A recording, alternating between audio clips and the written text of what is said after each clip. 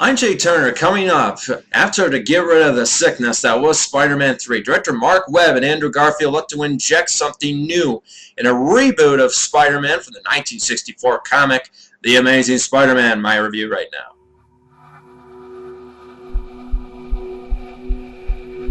Marvel Comics consistently comes out with great superhero films day after day, with likes of Thor, the Avengers, and even the Incredible Hulk. Now comes The Amazing Spider-Man. Now, after the ridiculousness of Spider-Man 3, they reboot and inject some new age energy into this, and that's exactly what director Mark Webb does in this. Now this time the story is kind of the same at points, but there are little plot points that people are forgetting about.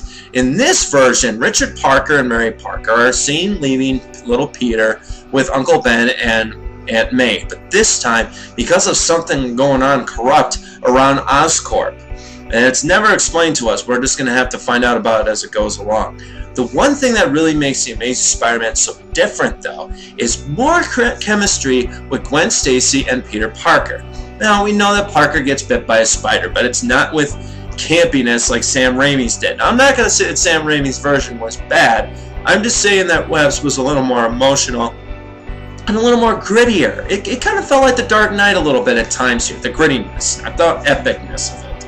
But I will say that there is a lot more emotional injected into this film.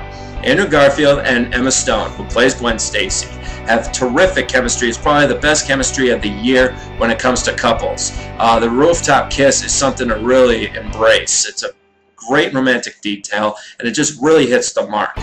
Not only that, but the scenes with Rhys Ifans and Andrew Garfield are very nicely done. Dr. Kirk Connors, he basically puts him under his wing, thinks Parker is brilliant, tries to help him get the genetic code up, and come up with a great new chemical that will basically inject new skin into somebody. And even Kirk Connors, you know he's going to do it, he puts it into himself and he becomes the Lizard.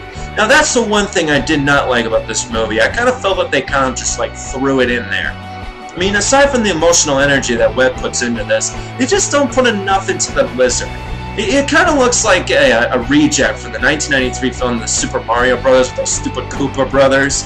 It kind of looks like that. That bearing in mind, that one little issue does not keep away the great performance by Andrew Garfield, putting in the sarcastic wit of Spider-Man, basically showing off a good physique, having a really badass Spider-Man costume, and also slinging through the city of New York with such ease. He just loves doing it.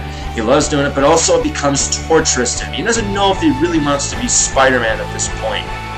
But at the same time, he has to be it. Not because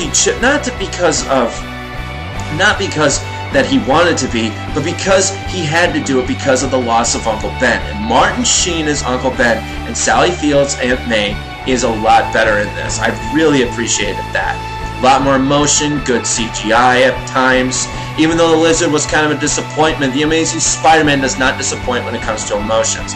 Denis Leary's Captain Stacy puts a lot of complexity into the one-note character, delivers a good performance. I actually like this movie a lot. I did like this movie. Is it one of the best of the year? No. Is it as good as Spider-Man 1 and 2? No. But is it good as 3? Yes. It is better than Spider-Man 3. And it does really get me excited for this trilogy to become The Amazing Spider-Man 2. Hopefully, it's as good as Spider-Man 2 was. So The Amazing Spider-Man's off to a good start, and just by a slight margin, I give it an A-. I'm Jake Turner. You can find all my reviews at jtfilmsession.wordpress.com.